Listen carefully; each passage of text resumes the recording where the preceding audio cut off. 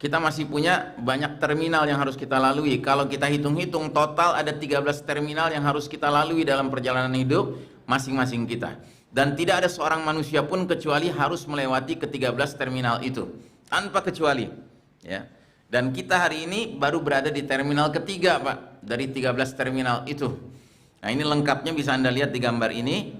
Terminal yang paling pertama kita mengalami alam ruh, ya. Nanti saya jelaskan. Terminal kedua kita mengalami alam rahim atau alam kandungan di dalam perut ibu kita masing-masing. Terus kita mengalami alam dunia, dan kita sekarang, Bapak, Ibu, saya semua, kita di sini, kita sedang mengalami terminal ketiga, Pak. Terminal itu halte, ya, halte ketiga.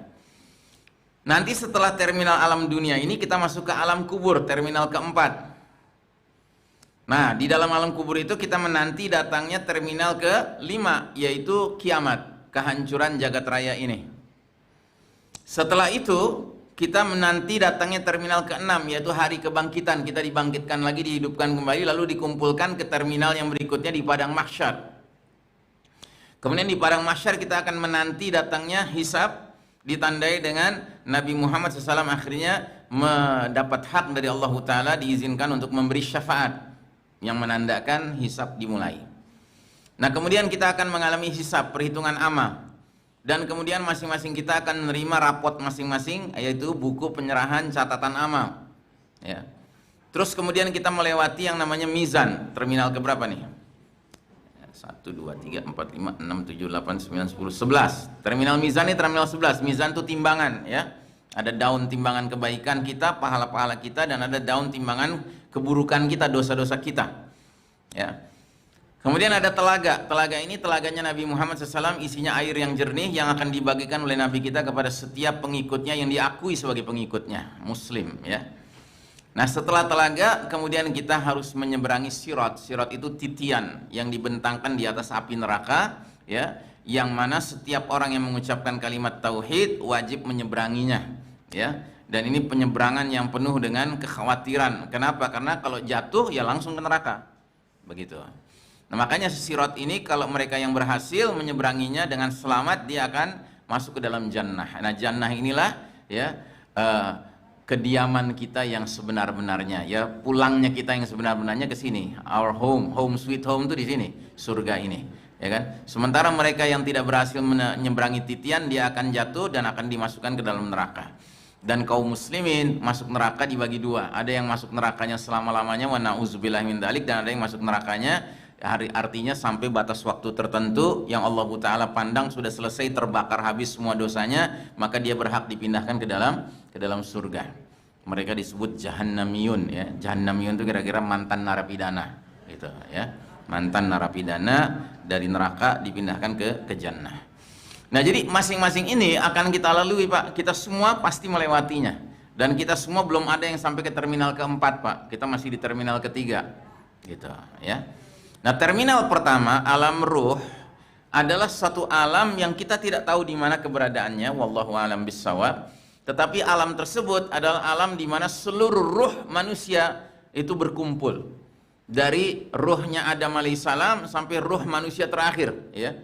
Cicit-cicitnya Adam alaihissalam. Begitu, ya. Nah, kemudian dari mana kita tahu bahwa ada alam ruh ini? Dari Allah. Allah menjelaskan di surat Al-A'raf ayat 172. Kata Allah Ta'ala, wa idh akhadha rabbuka min bani adama min zuhurihim dzurriyyatahum wa ashhadahum ala anfusihim alastu bi rabbikum. Dan ingatlah ketika Rabbmu Allah Ta'ala mengeluarkan dari sulbi tulang belakang anak cucu Adam keturunan mereka, dan Allah Ta'ala mengambil kesaksian terhadap ruh-ruh mereka seraya berfirman, bukankah aku ini Rabb kalian? Jadi seluruh kita waktu itu di alam ruh ditanya, ya, dan seluruh Pak, ya, ya, semua hadir waktu itu. Adi hadir, ya kan, kemudian apa namanya, semua teman-teman di sini hadir, ya, ibu-ibu hadir, ya kan, bahkan Joe Biden hadir, Putin hadir, ya, Netanyahu hadir, ya, Namrud hadir, Fir'aun hadir, Dajjal hadir, ya kan, ruh-ruhnya semua. Ya, semuanya baru ruh gitu loh, Pak. Belum ditiupkan ke dalam janin untuk jadi cabang bayi gitu, ya. Belum. Gitu. Dan semua jawabannya sama. Jawabannya semuanya adalah ya, qalu bala syahidna. Mereka para ruh-ruh itu menjawab ketika ditanya Allah, bukankah aku Rabb kalian? Maka mereka menjawab, benar, betul, engkau Rabb kami, kami bersaksi. Ya. Nah, kenapa kejadian ini diabadikan di dalam Al-Quran, dijelaskan di dalam Al-Quran? Kata Allah Ta'ala, kami lakukan yang demikian itu agar di hari berbangkit kelak nanti tidak ada di antara kalian berkata, sesungguhnya ketika di dunia dahulu kami lengah terhadap urusan ini. Begitu, ya. Jadi Masya Allah, kita umat Islam ini harus bersyukur karena kitab kita Al-Quranul Karim menjelaskan adanya peristiwa di alam arwah ini, Pak, alam ruh ini. Apa bedanya Ustadz arwah dengan ruh? Arwah itu bentuk jamak dari ruh. Kalau ruh satu, kalau arwah itu banyak, ya, banyak ruh gitu. Nah, jadi di alam arwah itu semua kita tanpa kecuali telah menjawab bahwa benar, ya Allah, engkaulah Rabb kami. Dengan kata lain, semua manusia yang lahir ke dunia ini pada hakikatnya punya modal untuk mengenal siapa Rabbnya, Allah Subhanahu wa Ta'ala. Ya. Makanya ada hadis mengatakan, kullu mauludin yuladu alal fitrah. Tiap anak yang lahir dalam keadaan fitrah, suci, murni, nggak ada dosanya. Jadi kita nggak mengenal yang namanya konsep dosa turunan, dosa warisan, nggak ada. Ya. Jadi nggak ada di dalam konsep kita. Kenapa anak bayi itu mesti dimandikan? Karena dia bawa dosa turunan, dia harus dibersihin, dibaptis gitu. Nggak ada kita. Tapi kalau dalam Kristen kan begitu. Ya, karena apa? Karena dianggap bahwa Adam alaihissalam itu berdosa dan kemudian dosa itu nurun gitu. Ya, diwarisi kepada manusia berikutnya. Kita tidak. Kita pemahamannya semua manusia hakikatnya lahir dalam keadaan murni, nggak ada dosanya. Bahkan ada bahan di dalam dirinya yang namanya roh, itu mengenal siapa Rabbnya, Allah Subhanahu wa Ta'ala. Ya. Makanya kita diwajibkan berdakwah karena apa? Boleh jadi orang ini masih kafir sekarang, tapi kalau kita berdakwah, kita sadarkan kembali rohnya itu, mudah-mudahan rohnya itu akhirnya keluar dalam pengertian lebih menonjol daripada hawa nafsunya. Itu syukur-syukur dia akhirnya jadi menerima petunjuk dari Allah Subhanahu wa Ta'ala. Ya. Baik. Nah, jadi saudaraku rahimakumullah, setelah di alam arwah, kita kemudian masuk ke terminal kedua namanya alam rahim. Alam rahim siapa? Alam rahim ibu kita masing-masing. Ya. Tidak ada manusia yang lahir kecuali dia berasal dari rahim ibunya, kecuali Adam alaihissalam dan Hawa alaihassalam. Ayah bunda kita tidak mengalami itu. Ya. Tetapi selain daripada itu, semuanya pasti mengalami berada di alam rahim. Termasuk yang nggak punya ayah. Seperti Isa alaihissalam, walaupun dia nggak punya ayah, tapi dia lahir dari rahim Maryam alaihassalam, ya, ibunda Maryam.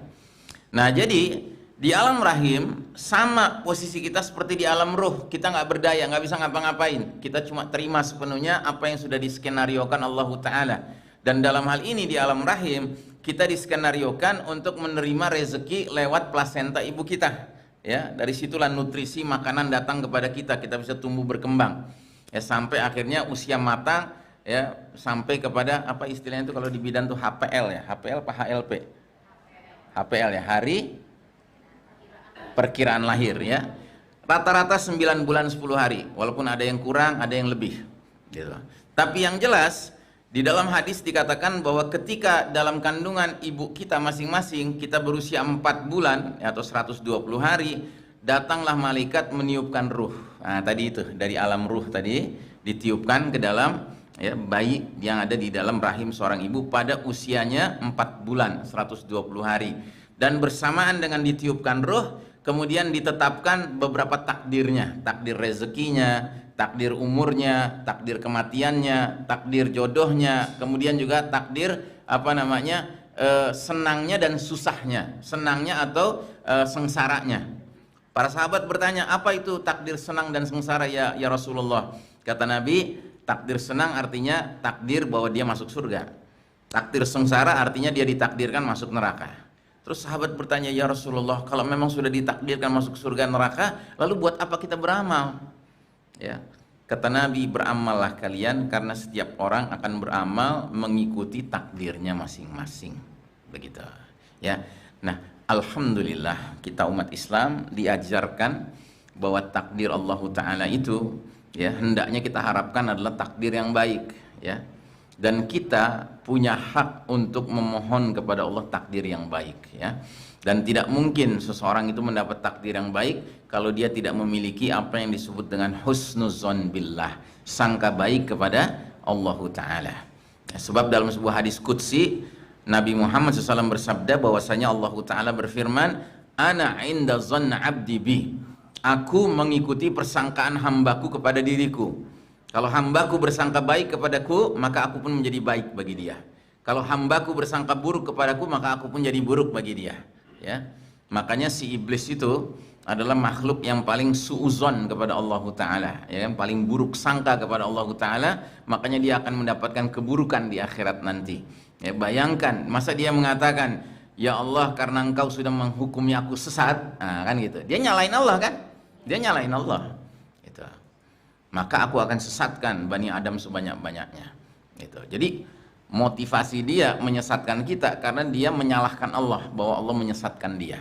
Na'udzubillahi min dzalik. Nah, jadi saudaraku rahimakumullah, di alam rahim kita pun tidak berdaya. Ya, di alam ruh kita nggak berdaya, di alam rahim kita nggak berdaya. Nah, setelah itu pada HPL, ya, hari diperkirakan kita lahir, lahirlah kita, maka kita masuk ke terminal ketiga alam dunia ini. Nah, di alam dunia inilah baru kemudian kita mendapatkan hak freedom of choice, kebebasan untuk memilih mau jadi hamba Allah yang taat atau menjadi hamba Allah yang maksiat, yang durhaka, yang menentang Allah Subhanahu wa taala. Silahkan. Ya, itu sepenuhnya adalah hak kita untuk memilih. Yang tidak punya hak memilih adalah akibatnya. Kalau memilih jalan keimanan, ya jangan sekali-kali merasa nggak perlu dengan surga. Pasti kalau menempuh jalan iman dengan penuh kesungguhan, akibatnya Allah akan memasukkan dia sebagai balasan kebaikannya ke dalam jannah. Sebaliknya, kalau orang memilih jalan kekufuran lalu berharap bisa masuk surga, itu pun nggak mungkin. Kenapa? Kalau dia memilih jalan kekufuran, berarti dia memilih jalan setan. Sedangkan setan itu, ya, ujung akhirnya adalah masuk ke dalam neraka api yang menyala-nyala. Begitu. Sebagaimana firman Allah dalam surat Fatir, kan? Inna syaitana lakum aduun fattakhidhuhu aduwah.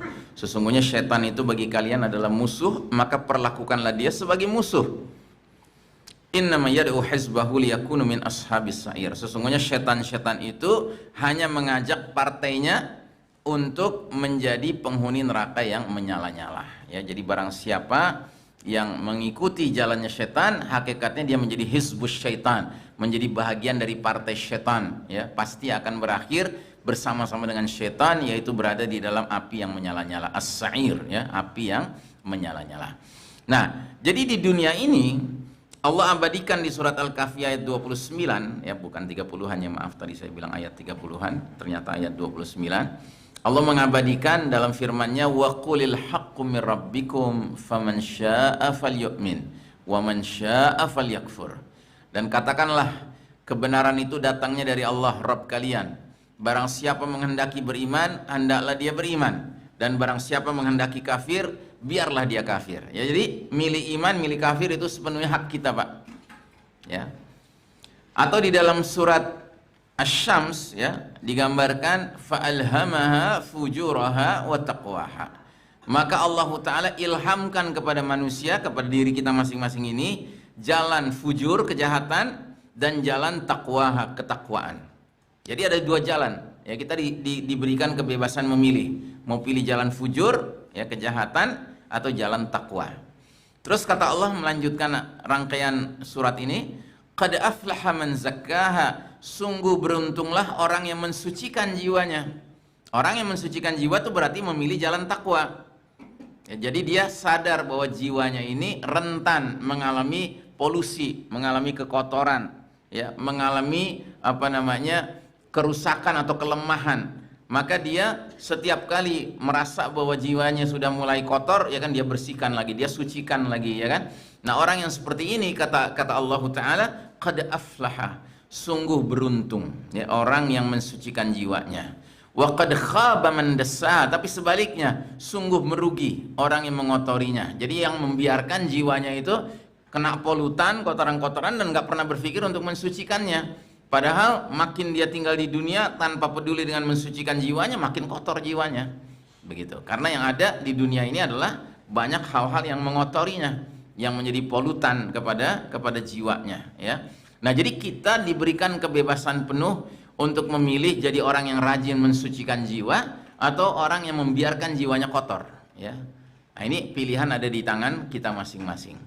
Dan mereka-mereka yang memilih jiwanya untuk dibersihkan, disucikan, dia akan mendapatkan status yang disebut dengan nafsul mutmainnah, jiwa yang tentram, ya.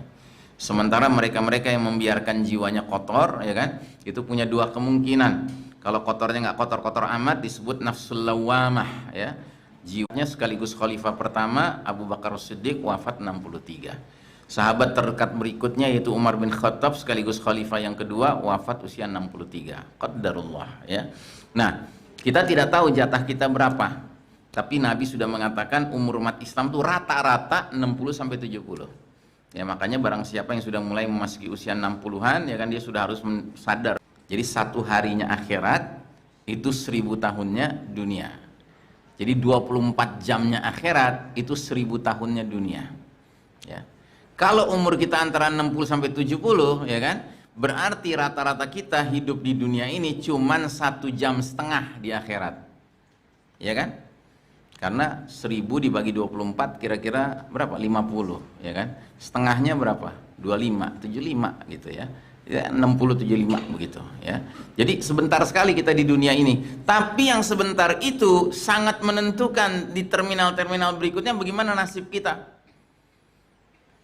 Makanya sampai diibaratkan oleh Allah Ta'ala bahwa dalam konteks demi waktu malam gitu ya. Tapi wal asri terjemahannya demi waktu. Padahal kan mestinya demi waktu asar, ya kan?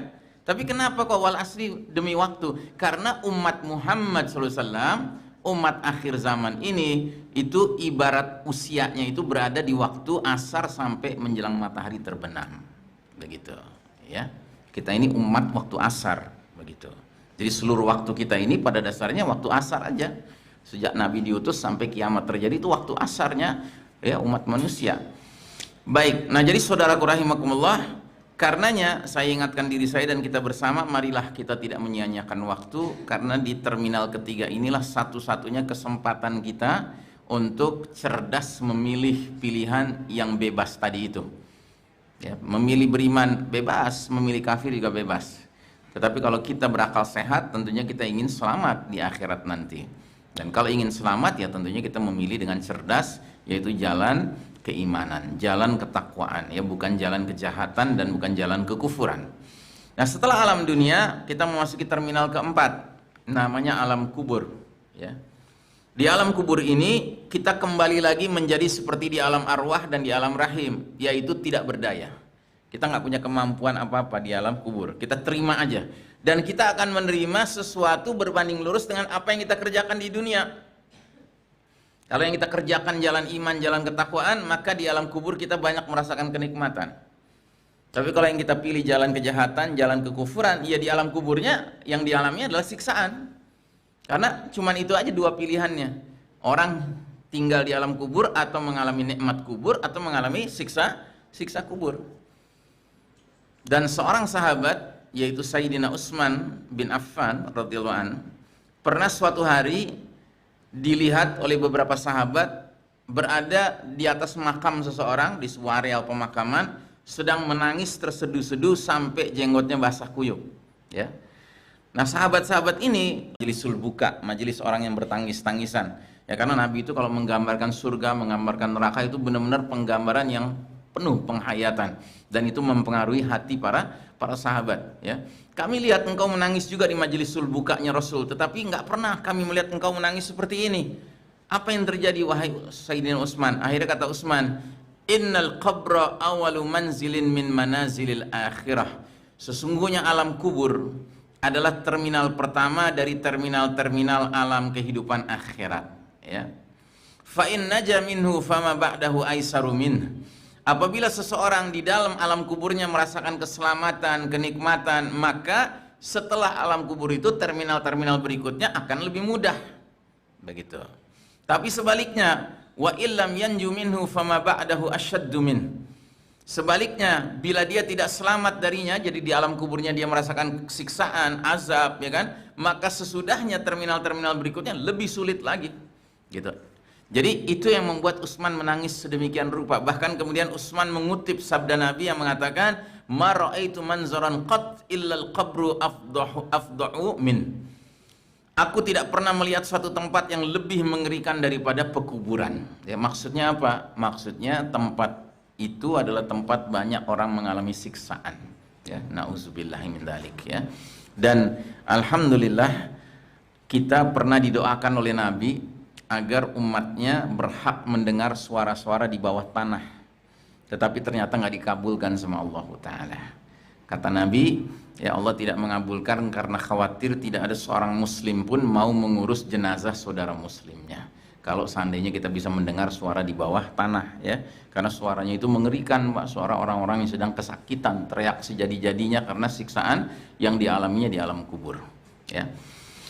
Nah, jadi saudaraku rahimakumullah, kita semua akan masuk ke terminal keempat ini, ya. Kemarin ada kawan saya, tetangga sekaligus juga kawan dari tahun 80-an, ya, dipanggil Allah Subhanahu wa taala, ya. Dia sudah pindah terminal. Saya masih di terminal 3, dia sudah di terminal keempat. Kita nggak tahu jadwal kita pindah terminal ini kapan.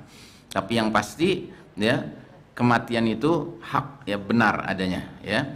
Nah, jadi saudaraku rahimakumullah, di alam kubur ini manusia atau penghuninya cuma mengalami dua kemungkinan.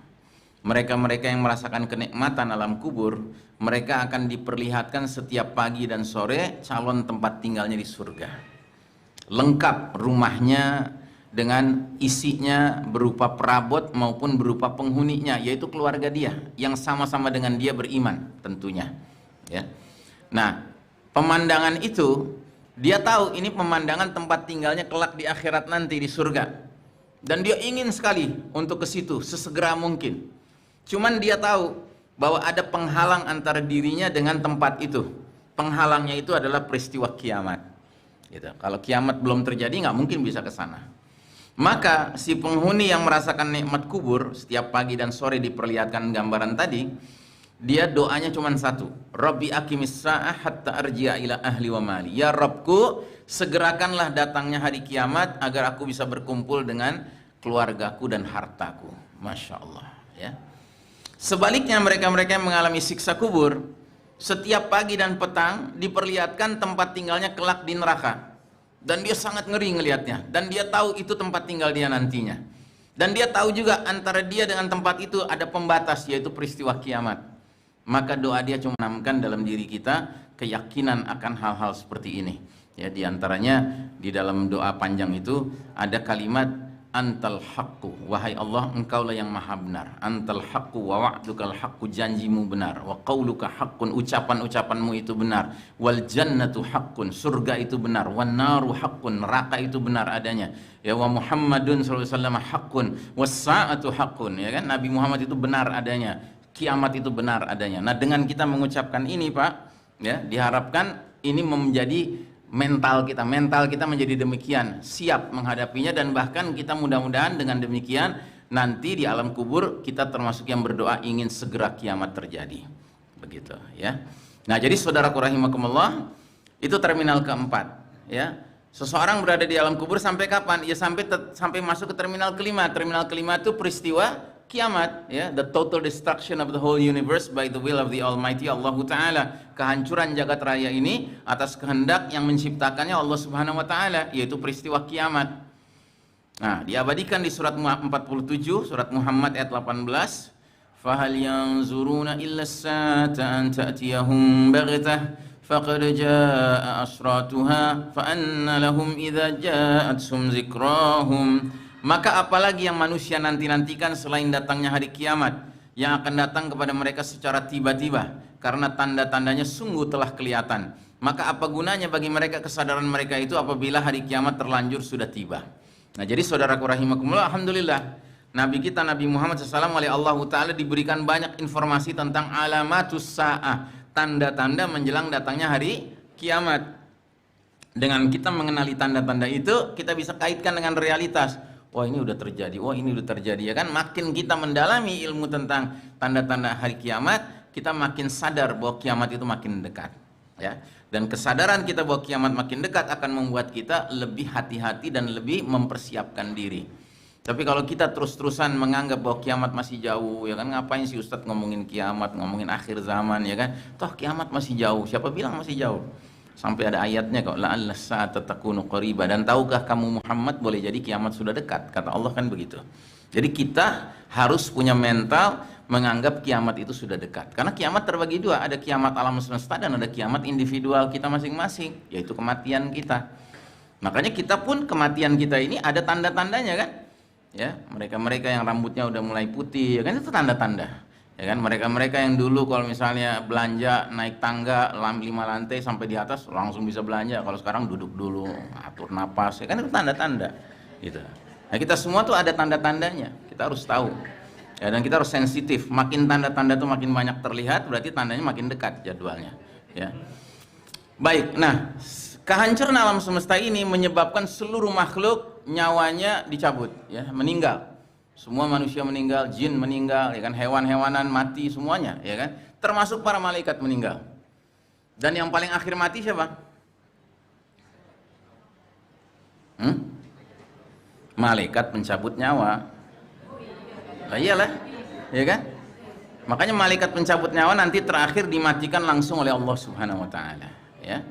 Dan ketika seluruhnya sudah mati, berarti yang hidup hanya satu, Allah Subhanahu wa taala, Al-Hayyul Qayyum, yang maha hidup dan maha mengurus hamba-hambanya. Nah, dikatakan dalam hadis, ya, bahwasanya ketika kiamat sudah terjadi sementara terminal ke-6 belum datang, ya, maka Allah taala kemudian akan berfirman, ya, Anal malikil yaum, ainal jabbarun, ainal mutakabbirun. Akulah raja pada hari ini. Mana itu mereka-mereka yang memaksakan kehendaknya? Mana itu mereka-mereka yang menyombongkan diri? Ya, maksudnya Allah bertanya, mana itu mereka-mereka yang merasa berkuasa dulu di dunia, bisa memaksakan kehendak, bisa berlaku sombong? Ya, mana itu Namrud? Mana itu Firaun? Mana itu Dajjal? Gitu, ya kan? Ya, apalagi sekedar si jahe, ya kan? Nggak usah diomongin deh. Gitu. Nah, jadi saudaraku rahimakumullah, nggak ada yang jawab, ya, karena semuanya sudah mati, hanya Allah yang hidup, ya. Nah, menurut satu hadis dikatakan jarak antara terminal ke-5 dengan terminal ke-6, yaitu hari kebangkitan, itu 40. Tapi kita nggak tahu 40 apa, 40 jam, 40 hari, 40 bulan, 40 tahun, nggak tahu kita. Ya, satuannya pun kita nggak tahu, dimensinya apa kita nggak tahu. Tapi yang jelas terminal ke-6 adalah terjadinya al-ba'ats, hari kita dibangkitkan kembali. Wa nufikha fis suri fa idahum minal ajdathi ila rabbihim yansilun, surat Yasin ayat 51. Lalu ditiuplah sangkakala kedua, maka seketika itu mereka keluar dari kuburnya dalam keadaan hidup menuju kepada Rabbnya Allah Subhanahu wa ta'ala. Lalu datanglah terminal ke-7, yaitu padang mahsyar. Kita dikumpulkan di padang mahsyar, disebutkan dalam sebuah hadis riwayat Imam Muslim. Nabi bersabda, yuhsyarun nasu yaumal qiyamati ala ardin bayda'a afra'a kaqursatin naqi laisa fiha alamun li ahadin. Pada hari berbangkit kelak nanti, manusia akan dikumpulkan di bumi yang sangat putih, berbentuk bulat pipih dan datar, tanpa ada tanda petunjuk bagi siapapun di atasnya. Jadi datar semua hamba Allah dari Adam alaihissalam sampai cucunya yang paling terakhir, ya kan, hadir semua. Kita semua hadir. Dan kita tidak bisa melihat ada satu bukit atau gunung, nggak ada tanda petunjuk, nggak ada. Ya, nggak ada lubang, nggak ada jurang, ya kan, semua datar saja, warnanya putih, ya. Apalagi sekedar tanda belok kanan nggak boleh, udah nggak ada, ya, itu semua nggak ada, ya. Jadi benar-benar hanya bumi Allah, ya, yang sifatnya berbentuk bulat pipi dan datar, ya, tanpa ada tanda petunjuk sama sekali. Lalu di padang mahsyar ini kita ngapain? Kita menunggu terjadinya hisab, begitu, ya. Dan penantian ini senantiasa sifatnya menggelisahkan. Semua orang yang sedang menunggu pasti gelisah, Pak. Walaupun yang ditunggu adalah sesuatu yang menyenangkan. Contohnya seorang kakek-kakek, ya kan, atau calon kakek, ya kan, anak pertamanya baru mau melahirkan. Berarti cucu pertama kan mau lahir kan? Ya kan? Nah, itu menunggu cucunya lahir tuh dia gelisah. Walaupun nanti begitu lahir kan senang dia. Gitu. Tapi gelisah dia ketika menunggu. Apalagi seorang bujangan, dia baru pergi ngelamar sama orang tuanya, seorang wanita, diterima lamarannya. Terus akhirnya disepakati 3 bulan lagi akan menikah. Itu 3 bulan penuh penderitaan itu. Ya kan? Walaupun menanti kesenangan, yaitu menanti menikah. Nah, apalagi menanti sesuatu yang mengerikan, lebih gelisah lagi. Tapi yang pasti yang namanya menunggu itu pasti menggelisahkan. Makanya para sahabat lebih gelisah lagi ketika Nabi mengatakan bahwa di padang mahsyar kita akan menunggu terjadinya proses hisab selama 50.000 tahun. Jadi menunggu 50.000 tahun. Makanya para sahabat langsung bertanya, khamsina alfah ya Rasulullah, khamsina alfah sanah ya Rasulullah, 50.000 tahun ya Rasulullah. Nabi langsung menangkap kegelisahan para sahabat, sehingga dihibur sama Nabi. Adapun bagi orang beriman, penantiannya cukup seperti menanti satu kali waktu sholat waktu di dunia. Masya Allah Ta'ala. Ya, berapa lama itu kita menunggu satu waktu kali sholat, satu kali waktu sholat? Ya kira-kira misalnya kita di hari Minggu nggak lagi ngantor, tiba-tiba terdengar suara azan zuhur, ya kan? Ya, maka kita pergi ke toilet, kita wudhu, ya kan? Terus kemudian kita jalan ke masjid, kemudian kita sholat qobliyah, kemudian kita menunggu qomat, terus qomat berkumandang, kita sholat bersama imam dan jamaah. Selesai itu kita wirid, kemudian kita sholat ba'diyah, ya. Terus kita jalan pulang ke rumah. Total mungkin setengah jam. Masya Allah, ya. Jadi orang beriman menantinya nggak perlu sampai 50.000 tahun, tapi tentunya orang beriman yang sholat, ya kan? Dan sholatnya ke masjid. Gitu. Nah makanya kita harus membiasakan diri kita, terutama sebagai muslim laki-laki, ya kan, sholatnya 5 waktunya ya di masjid, ya di rumah Allah Subhanahu Wa Taala, karena panggilannya untuk kita, ya. Jadi setiap kita mendengar panggilan azan itu ibaratnya kita harus mengingat bahwa ini boleh jadi panggilan terakhir, ini boleh jadi panggilan terakhir, ya. Karena yang manggil Allah, ya pada dasarnya kita ini pulang ke Allah itu, meninggal itu adalah kita dipanggil oleh Allah Subhanahu Wa Taala. Nah baik, jadi di padang mahsyar karena gelisah menunggu, akhirnya mulailah umat manusia mencari-cari kira-kira siapa ini orang yang bisa kita andalkan untuk bisa mengajukan proposal ke Allah agar hisab dimulai. Maka didatangilah ayahanda kita bersama, Adam alaihis salam. Ya, mereka minta kepada Adam, wahai Adam, ayah kami, mintalah kepada Allah agar hisab dimulai. Nggak apa-apa lah, terserah putusannya apa, masuk neraka kayak apa kayak, pokoknya udah nggak tahan nih nunggu gitu. Kata Adam alaihissalam, nggak bisa, aku nggak mungkin bisa mengajukan permintaan itu karena aku sendiri sibuk dengan dosaku. Aku telah terjebak oleh iblis, aku memakan dari pohon yang terlarang untuk didekati. Carilah Nabi Nuh, coba minta sama Nabi Nuh. Maka carilah Nabi Nuh, ketemu Nabi Nuh. Nabi Nuh juga menolak dengan alasan Nabi Nuh sibuk sedang memohon ampunan Allah atas dosanya yang tidak bisa dia lupakan. Nabi Nuh dosanya apa? Dia pernah berdoa agar Allah hancurkan sebinasa-binasanya kaum kafir, ya, dari muka bumi ini, ya. Dia merasa doanya itu termasuk doa yang menunjukkan ketidaksabaran, begitu. Dia sibuk dengan memohon ampun Allah akan dosa yang satu itu. Kata dia, cobalah kalian datangi Ibrahim. Mereka datangi Nabi Ibrahim alaihissalam. Ternyata Nabi Ibrahim juga sedang sibuk memikirkan dosanya. Nabi Ibrahim mengatakan, aku pernah berdusta 3 kali di 3 tempat yang berbeda, ya kan? Aku sibuk mohon ampun Allah atas dosa ini. Coba kalian datangi Nabi Musa.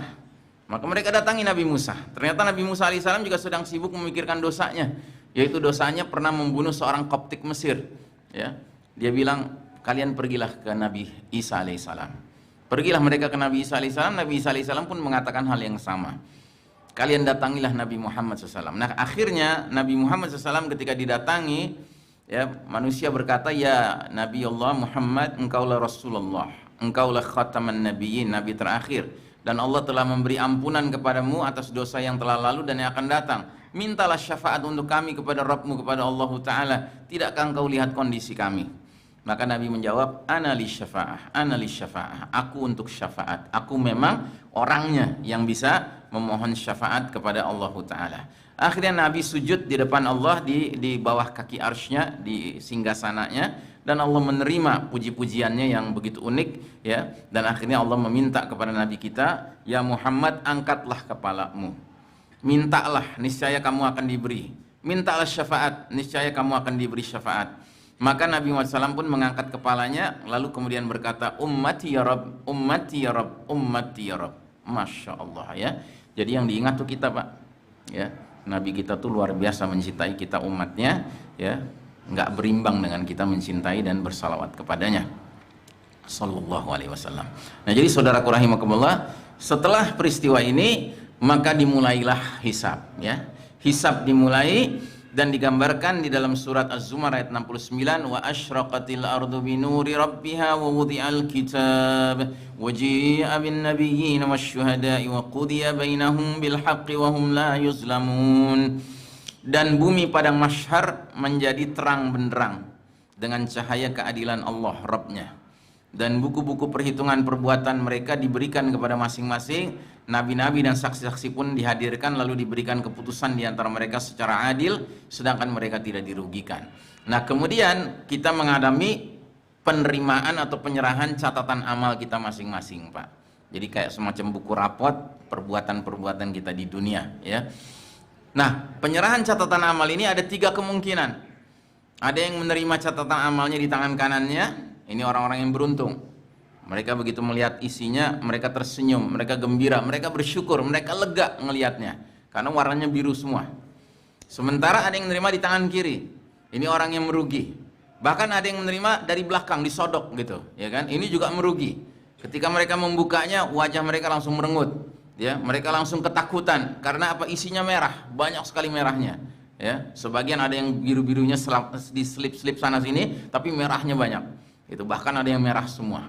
Ya, nah ini orang-orang yang merugi, orang-orang yang sangat menyesal, ya, tapi sudah tidak bisa berbuat apa-apa lagi, ya, tidak bisa merubahnya lagi.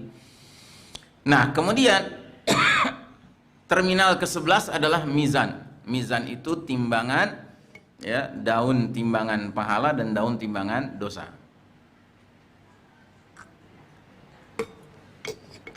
Dan barang siapa yang daun timbangan hasanat, kebaikannya, pahalanya lebih berat daripada daun timbangan sayiat, ya, keburukan, dosanya, dia beruntung. Dan barang siapa yang sebaliknya, juga sebaliknya, dia akan merugi, ya. Dikatakan di surat Al-Anbiya ayat 47, wa nadha'ul mawazin al-qista liyaumil qiyamati fala tuzlamu nafsu syai'an wa in kana misqala habbatin min khardalin ataina biha wa kafa bina hasibin. Dan kami akan pasang timbangan yang tepat pada hari berbangkit, maka tidak seorang pun dirugikan walau sedikit, sekalipun hanya seberat biji sawi. Pasti kami datangkan pahalanya, dan cukuplah kami yang membuat perhitungan. Nah, jadi saudaraku rahimakumullah, timbangan mizan ini, ya, ini ditegakkan dengan seadil-adilnya sampai ke tingkat ada seseorang yang dia melihat timbangan kebaikan pahalanya itu, berat sekali. Ya, ternyata pahala sholatnya, pahala sedekahnya, umrohnya, ya, hajinya itu luar biasa. Tapi dia udah senang nih ngebayangin, wah surga ada nih di tangan gitu kan. Nggak taunya ada antrian manusia yang nggak rela kalau dia mendapatkan kebahagiaan. Kenapa? Karena manusia-manusia ini pernah dia zolimi. Gitu. Nah, satu persatu mereka menuntut kepada Allah keadilan. Maka sama Allah ditanya, engkau minta apa? Aku minta keadilan karena orang ini telah menzolimi aku waktu di dunia. Apa pendapatmu kalau pahala sholatnya aku pindahkan ke kamu? Aku ridho ya Allah. Nah, mulai. Jadi satu persatu pahala kebaikan orang ini dipindahkan ke orang-orang yang menuntut keadilan. Pahala sholatnya habis, pahala sedekahnya habis, pahala umrohnya habis, pahala hajinya habis, pahala puasanya habis. Ternyata semua pahala ibadah-ibadahnya udah habis. Nggak ada lagi, tapi antrian masih panjang. Sehingga akhirnya orang-orang berikutnya yang menuntut keadilan sama Allah dikatakan dia sudah nggak punya apa-apa, terserah ya Allah, pokoknya aku nggak ridho. Orang ini merasakan kebahagiaan karena dia zalim kepadaku di dunia. Kata Allah, bagaimana pendapatmu kalau dosamu aku transfer ke dia? Aku ridho ya Allah. Nah, jadi yang berikutnya dosa-dosa orang-orang itu ditransfer ke dia. Jadi tadinya pahala timbangan kebaikan yang begitu berat terangkat, malah sekarang timbangan kejahatannya menjadi berat. Dan orang ini merugi, ya, na'udzubillah min dzalik. Kata Nabi, itulah hakikat muflis. Muflis itu artinya orang yang bangkrut. Jadi orang bangkrut itu bukan orang yang gagal bisnis di dunia sampai modalnya habis, ya, ludes, bukan. Tapi orang yang bangkrut itu nanti di hari berbangkit, dia sudah mengira pahalanya begitu banyak, dia bakal masuk surga, nggak taunya karena dia syatama hadza wa syatama hadza, kerjanya mencaci si ini, melaknat si ini, ya kan, menyakiti si ini, menzolimi si anu, ya kan, maka akhirnya, ya, pahala-pahala dia itu dipindahkan, bahkan dosa-dosa mereka dipindahkan ke dia. Ya, na'udzubillah min dzalik. Nah, setelah itu ada terminal ke-12 namanya Telaga Rasulullah Muhammad SAW. Semua nabi punya telaganya, tapi telaganya Nabi Muhammad paling besar. Ya, karena umatnya paling banyak, ya. Dan di telaga inilah Nabi akan membagikan air minum kepada umatnya yang bisa dia tandai dari bekas wudhunya, kakinya bercahaya, mukanya bercahaya, tangannya bercahaya, dipanggil sama Nabi dan dibagi air dari air telaga ini. Dan barang siapa yang telah mendapatkan secangkir air dari telaga Nabi ini tidak akan haus selama-lamanya, ya. Nah, tapi ada 2 jenis muslim yang tidak berhak menerima air dari telaga Nabi. Kelompok pertama adalah mereka yang begitu Nabi lihat dari kejauhan, Nabi panggil, sini, sini, sini. Sama malaikat dihalau, nggak boleh mendekat. Sehingga Nabi bertanya, itu umatku. Kata malaikat, tapi engkau tidak tahu ya Muhammad, setelah engkau wafat mereka merubah agamamu. Ya, jadi mereka bikin ajaran-ajaran atas nama Islam tapi bukan Islam. Misalnya sholat Idul Fitrinya berjarak gitu kan, ada kursi gitu kan. Terus soft laki perempuan dijadiin satu, ya kan, yang kayak gini nggak bakal dapat air dari telaga Nabi gitu. Nggak usah ketawa ya, karena kemarin kita juga sebagian ada yang doyan gitu sholat berjarak gitu, ya kan. Ini kan bukan ngomongin yang enoh doang ya kan, yang al itu gitu, bukan gitu. Kita ngomongin siapa aja kalau beribadah dengan cara yang ngarang-ngarang, ngadi-ngadi gitu kan, pada hakikatnya nggak berhak menerima air dari telaga Rasulullah SAW. Terus kelompok kedua, mereka-mereka yang digambarkan oleh Nabi, kelak nanti sesudahku akan ada umaro, amir-amir, penguasa-penguasa, pemimpin-pemimpin yang barang siapa mendekati mereka, membenarkan dusta mereka, bahkan ikut mendukung kezaliman mereka, falaysa minni, dia bukan bagian dariku, dan aku bukan bagian dari dia, dan dia tidak berhak mendekati telagaku. Tapi barang siapa yang menghadapi amir-amir model begitu, dia tidak mau mendekat ke mereka, nggak pernah minta-minta jadi komisaris ya kan, kemudian dia tidak pernah mendukung kezaliman mereka, nggak pernah membenarkan dusta mereka, fahuwa minni, dia bagian dari aku dan aku bagian dari dia, dan dia berhak mendatangi telagaku. Nah, jadi jenis muslim kedua yang nggak berhak menerima air telaga dari Nabi adalah muslim yang mensikapi penguasa zalim dengan sikap ngejilat, ya kan, malah mendekat, malah mendukung, ya kan, malah mendukung kezalimannya, malah membenarkan dustanya, ya kan.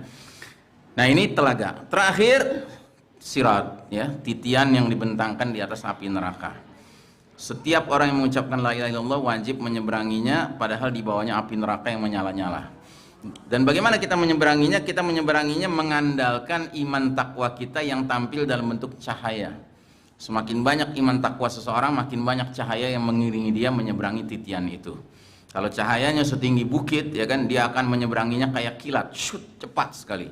Kalau cuman setinggi kepalanya, ya mungkin nggak begitu cepat, tetapi masih lari kencang kayak kuda, gitu. Yang lebih rendah daripada itu, ya kan, dia masih bisa menyeberang juga, tapi gerakannya kayak onta, agak pelan, gitu, ya kan. Nah, yang paling sedikit cahayanya adalah orang munafik. Cahayanya itu cuman di ujung jempol kaki, udah gitu kelap-kelip lagi gitu. Tiap dia nyala, dia ngandelin tuh, pas nyala dia maju dikit gitu, ya karena ini gelap gitu, di bawah api menyala-nyala gitu.